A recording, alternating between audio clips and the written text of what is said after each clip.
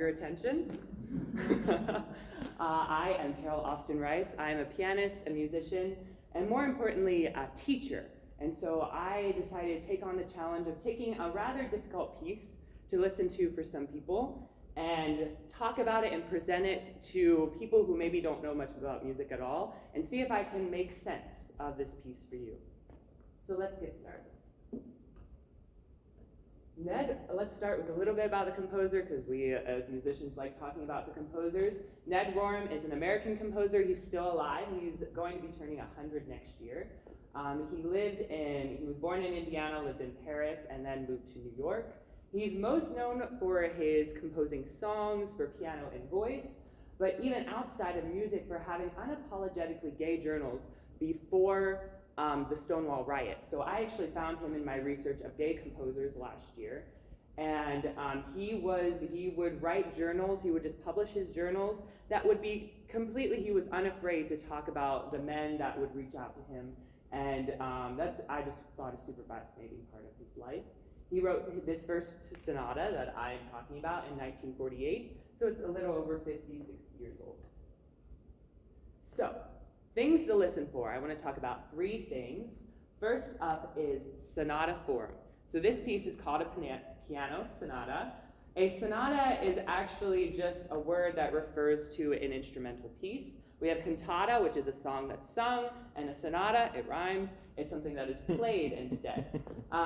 So as music developed in the classical periods around the 1600s, 1700s, Sonata Form was developed, which was basically just a basic outline, a little checklist of things to follow as you were writing a piece. So composers kind of knew what to go for, and then listeners knew what to listen for. And that's what I'm going to teach you about today.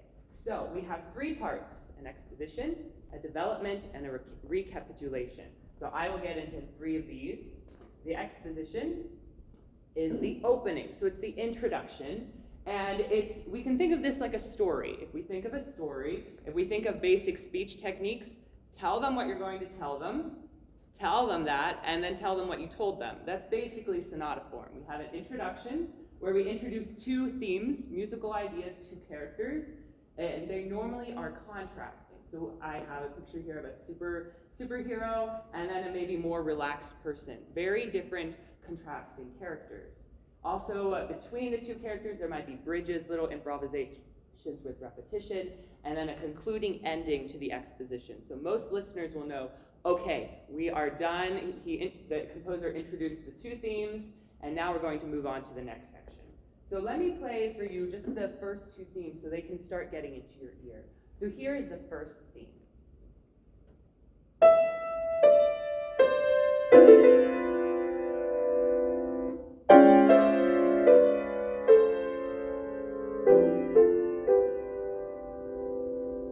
A little bit, but that's our starting point.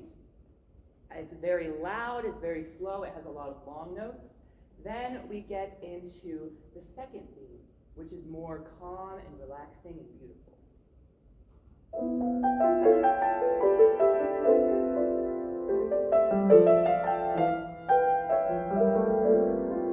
You can tell they're very different. This one has faster notes, it's moving more, it's calm, it's relaxed.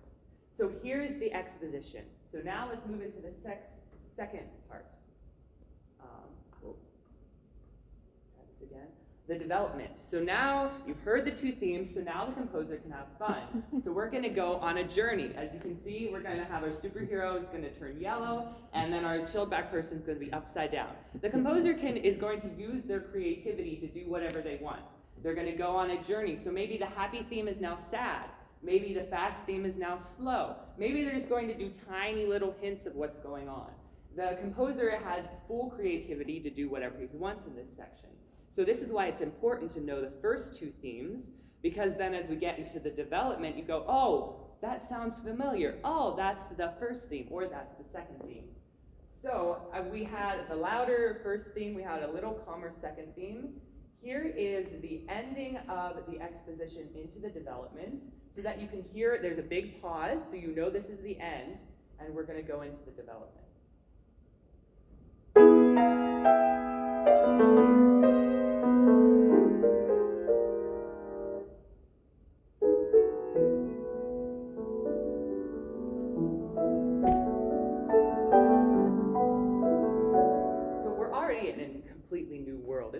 flowy, but it's a different sound from the first two themes that we've already heard. This is the beginning of the development, and that can go on for a little while longer until we finally get to our ending section, the recapitulation. So you've already heard the two themes, the composer had fun with them, you're just going to hear them again. So both themes will return, but they've had character development. If we think of this like a story, the development was actually development of these two characters. So you can see the superhero is now taller than our laid-back person. So they're going to be similar, but different again. So I won't play the recapitulation, you'll hear it later, but pay attention to when we come back to those two themes, because you'll know that we're getting near the end. And then normally the two themes are introduced, and then there might be an extended ending, just the composer doing whatever they want to have a more final ending. So one thing to listen to, sonata form. What's the overall structure of this piece? Next, something else to listen to is a repetitive motive. A lot of these things you're going to find, a lot of things I'm talking about, you'll find in all sorts of other arts. Motives are found in art, like actual drawing art, and also in written art.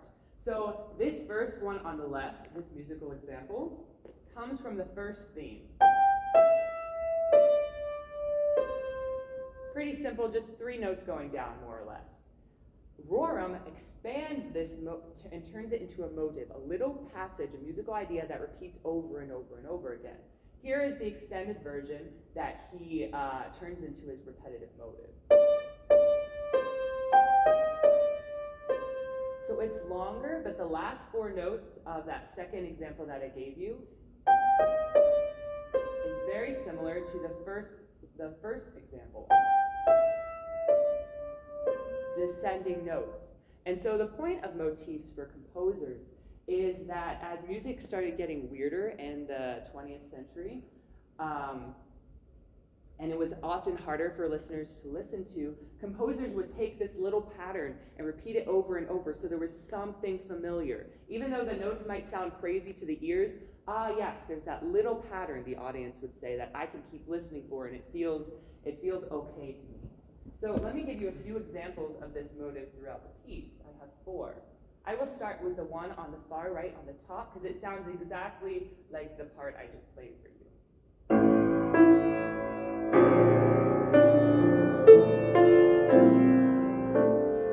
Da, da, da, da, da, da. Now see if you can hear it again in the top one on the left.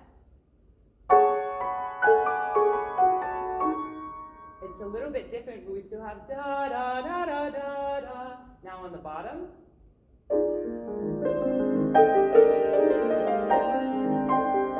Da, da, da, da, da, da, da, da. It's expanded a little bit, but it's still the same idea. Then the last one on the bottom right.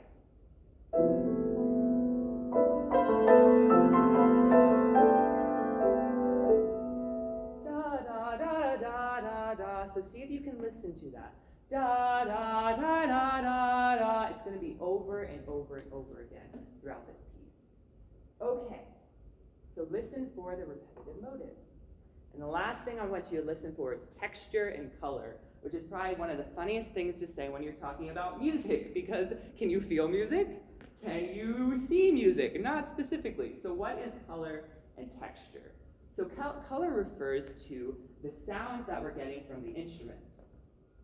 So yes, this is one piano, but it can actually make hundreds of different sounds, not just because there's 88 keys, but one key can sound quiet, it can sound loud, it can sound a little wispy, it can sound heavy. The piano can do lots of sorts of things, and a good musician is going to be able to bring out those different colors. And now texture refers to what's the different patterns that are going on. Is it really loud? Is it really big? Is there like a murmuring going in the lower part? Are there really fast high notes? Texture refers to like where's the overall sound picture? What all are we listening to? And this also relates to feelings. So let me give a few examples before I move out into this. Here's the 2 themes again. You'll get to listen to them. The first theme is heavy. That's the top one.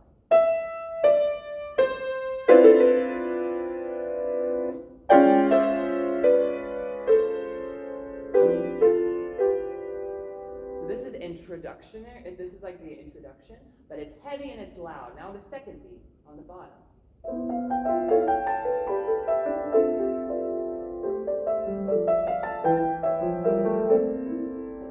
you could feel a difference in the color, the texture, because it's quieter, it's more complicated but simple at the same time in the second beat. Here's another example. We have floating.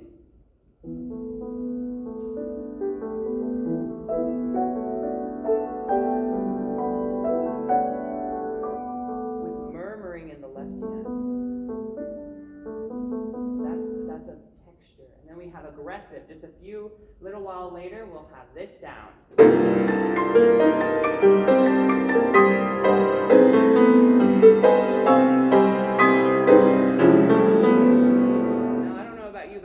Sound super good to my ears, but we're going for an aggressive, full, big sound here.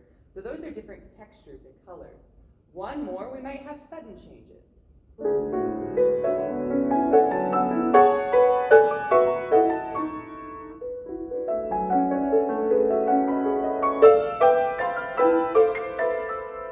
So we start soft and quiet, and it gets loud really quick and then disappears again.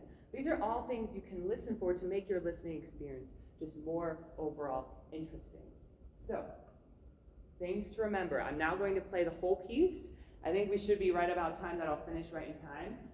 Things to remember is the form. What is the first and second theme? Then the themes. How are they different?